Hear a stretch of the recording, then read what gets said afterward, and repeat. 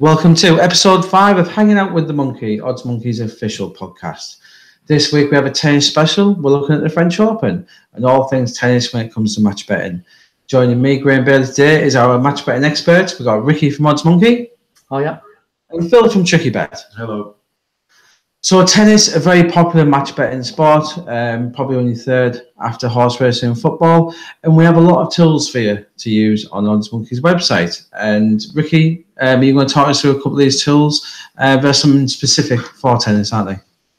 Yeah, we've got a tool, specifically for tennis and the Opens. We've got the software called the Tennis Matcher, which is pretty much similar to the racing matcher. So any members using the racing matcher, daily, it's a similar format, only for the tennis offers.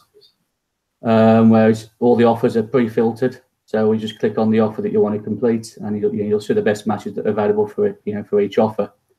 The only thing to make you aware of using this is any rule differences that may be applicable. There's a few rule differences in the retirement rules on how bookmakers or exchanges decide to pay out. So there is a guide on site which explains the differences and which bookmaker, which exchange pay out on the different rules. So it's just something to be aware of. But yeah, Tennis Matcher, all the offers will be detailed on there, and it's to be used the same way as the racing matcher would be used.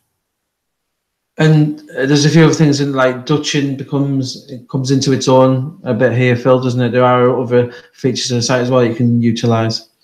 Yeah, so as Ricky mentioned, because of the rule differences, it's advisable to Dutch your bets rather than just backing and laying at the exchange like we normally would. We've got a full guide on all the rule differences and what the different bookmakers and exchanges are, what their rules are. So we'll put a link on to that underneath the video. But just briefly, I mean, if you go on the Dutch matcher, basically what you're doing is you're backing both players to win rather than backing and laying one player.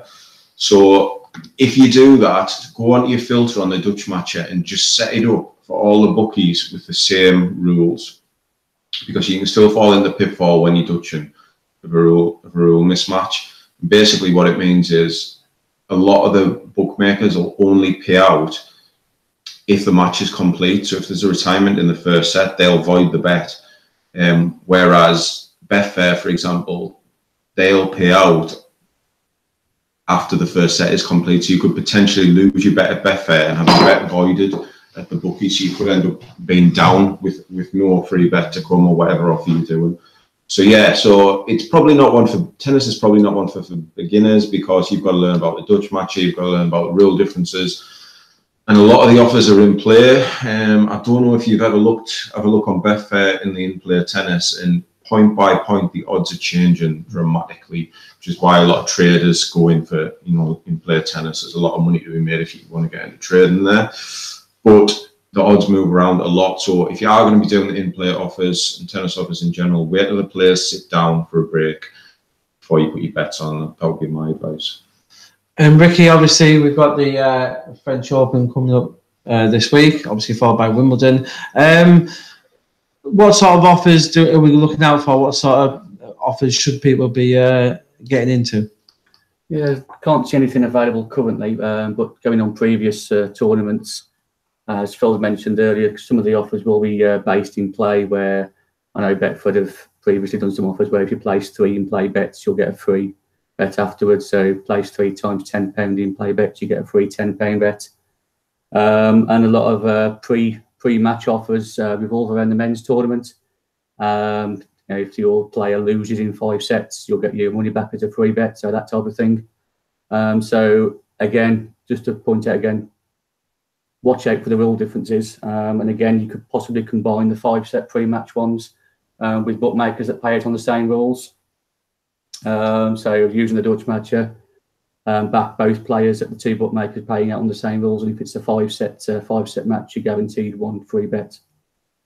And obviously, all these offers will be on the daily offers calendar on site, so make sure you pay attention. Ricky and his team will be updating that every day, first thing, so make sure you look on site for that. So let's look forward specifically to the tournament in Paris and our little picks for what it's worth. Let's start with the ladies. Quite a wide open field here, chaps. If we have a little punt, for me, I'd be picking Gabi Muguruza, the winner in 2016. I think she's got a great chance. Of anyone, she can get 12s in the market on her. Phil, who would your pick be for the ladies in Paris? So Serena Williams is back. I mean, she's not long come back from maternity leave, so I don't really know what her fitness is like or how she's playing at the minute. But it's a major tournament. It's Serena Williams. You can get really good odds on her at the minute. We're just looking at odds checker, and you can get 16 at Boyle Sport.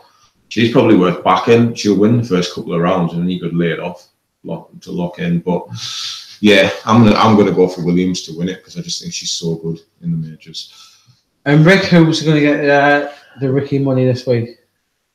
A woman who's just recently won a tournament, beating the world #1 in the final. I hope I'm saying it right. Elena Svitolina, recently beaten Halep in the final. So in good form, 13-2 currently. So yeah, Svitolina to win. Pushing favouritism with Simona Halep there. So, and then but very different. Switching to the men's. It's really odds on that Rafa will be winning his 11th.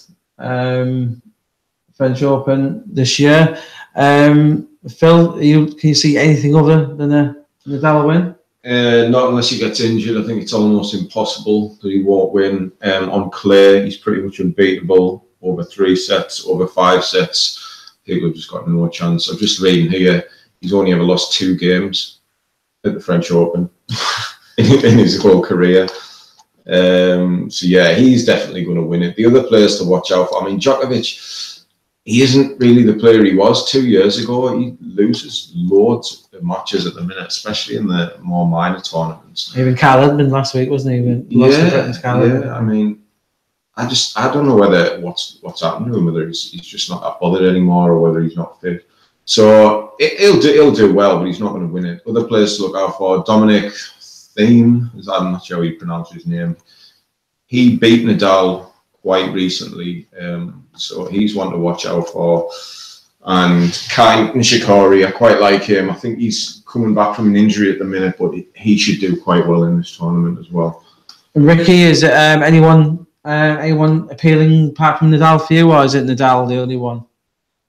Well, Nadal's the obvious pick, but a price that is not really backable for me. Very strong, isn't he? It's about 6-13 at the minute, so he is almost unbackable, isn't he? I can't put any money down on that. So 2 for the field. It's probably the guy he's just beaten in the final, Zverev. Took a set of him. A bit more experience playing against Nadal now, so hopefully get through a few rounds. And at a big price, you've got Cilic at 50-1. With a view of coming to the first few rounds and looking to trade out. Yeah, I must admit, I'll be looking out for Carl Edmund. Hopefully he'll have a good run here. I think a decent bet is Nadal to win without losing a set, 7-2. I think if you're going to bet Nadal, something like that is what you have to do. So thanks again, guys, for joining us this week. We'll be back for our World Cup special in a couple of weeks. So I hope you can join us for that. Until then, cheerio.